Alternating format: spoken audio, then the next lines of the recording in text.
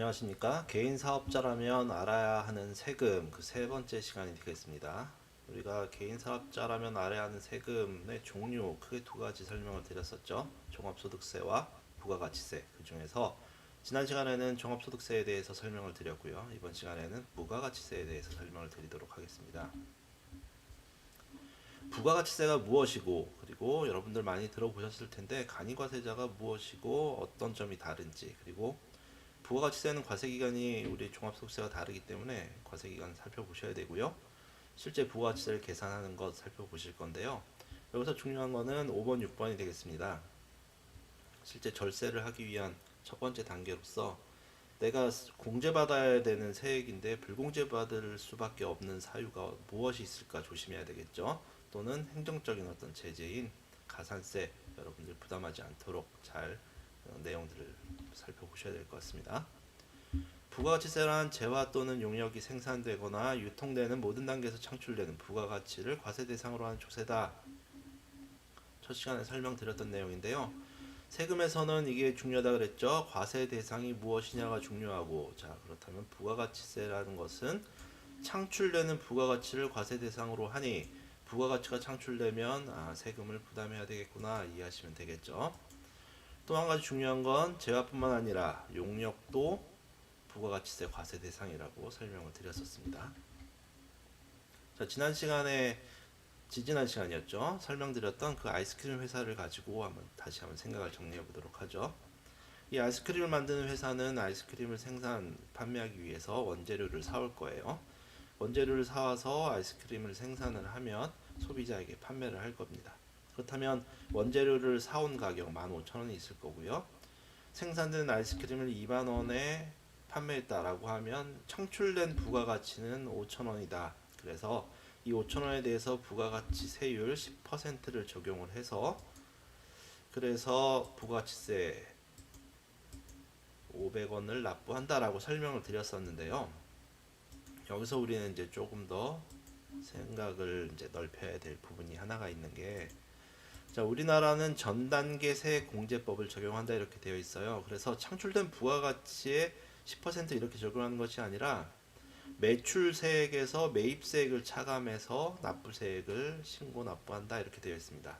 따라서 살펴보면 우리가 이 15,000원의 원재료를 사올 때 원재료 가격 15,000원만 우리가 지불하는 것이 아니라 원재료 가격 15,000원에 대한 부가가치세 10% 1,500원까지 우리가 포함해서 매입처에 지불을 해야 되는 거예요. 그렇다면 15,000원의 원재료는 사올 때는 얼마를 지급해야 되는 겁니까? 16,500원을 지급해야 되는 거예요. 매입세액 1,500원을 부담했다는 뜻이죠. 부담했다는 뜻입니다. 역시 2만원의 아이스크림을 판매할 때도 2만원만 받는 것이 아니라 최종 소비자로부터 2만원에 대한 부가가치세 10% 2,000원을 포함해서 22,000원을 받아요. 2,000원의 이 매출세액을 우리가 받는 것이죠. 그렇다면 받은 매출세액 2,000원과 우리가 부담한 매출세액 1,500원을 차감해서 납부세액 500원이 계산되는 것이죠. 이게 전단계 세액공제법입니다. 전단계 세액 매입세액이죠. 매입세액을 공제해주는 식으로 납부세액을 계산하는 방법이에요. 이게 왜 중요하냐면 어차피 500원 결과는 똑같잖아요. 그렇지만 매출세액이 2,000원인데 매입세액이 1,500원이에요. 그런데 매입세액을 우리가 인정받지 못할 수가 있다는 거예요. 우리가 매입세액에 대해서 세금 계산서를 받지 않았다, 적격 증명을 받지 않았다. 그렇다면 매입세액 1,500원에 대해서 인정해주지 않습니다. 그렇다면 2,000원의 매출세액이 오롯이 내가 납부할 세액이 되는 거예요. 자, 이제 왜 매입세액이 중요한지, 전단계 세액공제법에서 중요한지 여러분들 아셔야 됩니다. 또 하나, 부가가치세, 우리나라 부가가치세의 특징은 간접세라는 겁니다. 법률상의 납세 의무자와 실질적인 담세자가 다르다는 거죠. 법률상의 납세 의무자, 자 2,000원 이거 받은 거 누가 납부해야 되는 거예요?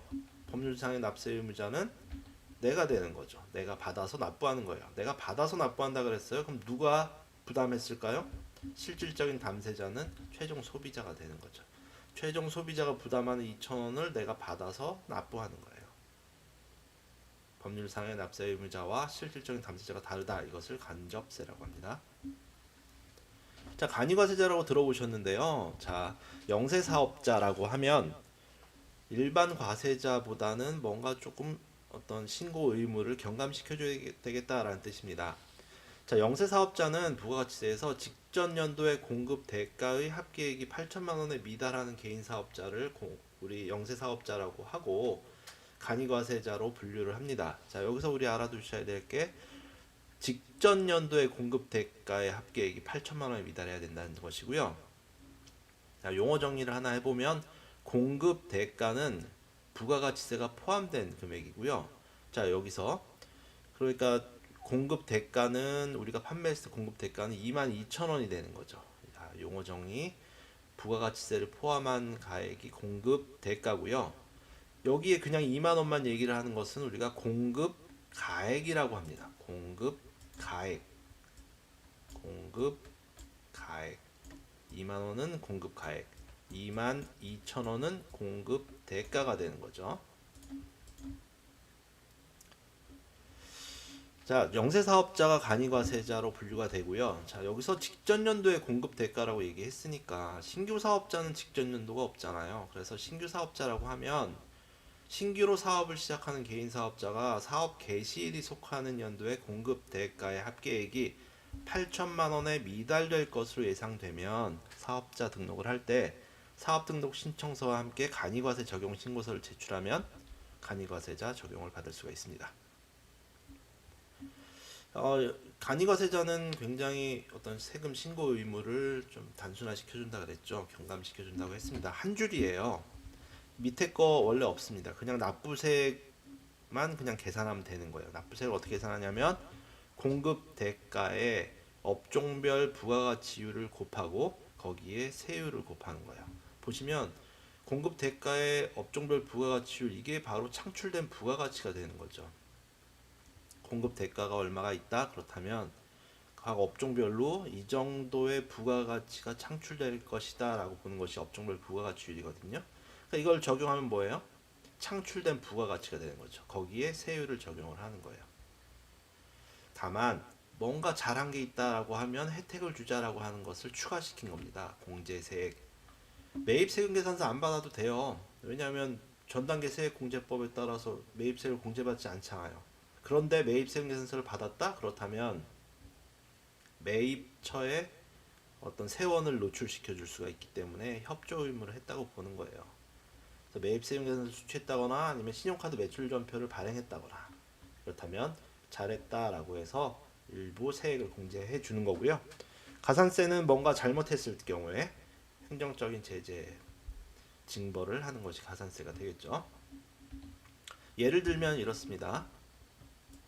자, 예를 들면 음식점업을 영위하는 간이과세자의 공급 대가가 1,000만 원이고 그 중에서 신용카드 매출전표를 발행한 금액이 500만 원이라면 자, 공급 대가가 1,000만 원이니까 여기에 업종별 부가가치율을 곱하면 되는데 음식점업이라면 업종별 부가가치율이 15%예요. 그렇다면 1,000만 원 공급 대가의 15%를 곱한 것이 창출된 부가가치가 되는 거죠.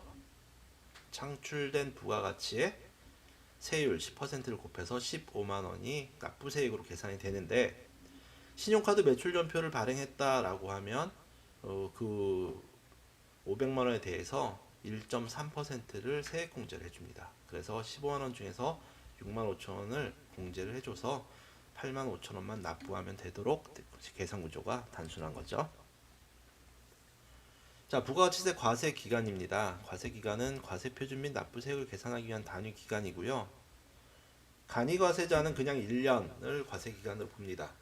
그런데 일반 과세자는 1년을 절반으로 나눠서 1월 1일부터 6월 30일까지를 1기, 7월 1일부터 12월 31일까지를 2기로 보는데요. 1기, 2기도 또 3개월씩 나눕니다. 그래서 예정 신고 기간과 확정 신고 기간으로 보시면 되는데 1기 1월 1일부터 3월 31일까지를 예정 신고 기간으로 보고요. 그 다음 1기의 끝은 6월 30일, 그 다음 2기도 9월 30일까지는 예정 신고 기간으로 보고요. 2기의 끝은 12월 31일이 되는 거죠. 그래서 1월 1일부터 3월 31일까지의 예정 신고 기간의 부가가치 신고를 그 다음 달 25일, 즉 4월 25일까지 예정 신고 납부하도록 되어 있고요. 일기가 6월 30일로 끝났다라고 하면 일기 전체에 대해서 이제 확정 신고를 해야 되는데, 예정 신고 시 신고한 부분은 빼고 예정 신고 기간에 발생했는데 예정 신고 기간에 신고를 못했다 하는 부분과 나머지 기간에 대한 부가가치세를 7월 25일까지 확정 신고 납부하도록 되어 있습니다. 이기도 똑같죠. 7월 1일부터 9월 30일까지의 예정 신고를 10월 25일까지 예정 신고 납부하고요. 이기가 끝났으면 예정 신고 기간에 신고 못한 부분하고 나머지 기간에 대한 부가가치세 신고를 1월 25일까지 하도록 되어 있어서 총 4회, 1년을 보면 총 4회 신고 납부하도록 되어 있습니다. 부가가치세 계산 구조 이렇게 되어 있죠. 과세 표준의 세율을 적용해서 매출세액을 계산하고요. 그 매출세액에 전단계세액, 매입세액이 있으면 차감해 주어서 납부세를 계산하고, 추가로 공제받을 게 있으면 공제받고, 잘못한 게 있으면 가산세 납부해야 되는 거죠. 차감 납부세액이 계산이 됩니다. 과세 표준은 공급한 재화나 용역의 공급가액이 과세 표준이 되고요. 세율은 부가가치세는 10% 단일 세율로 되어 있습니다. 매입세 공제 받아야 되는데 매입세 공제 받으려면 적격 증빙을 수취해야 돼요.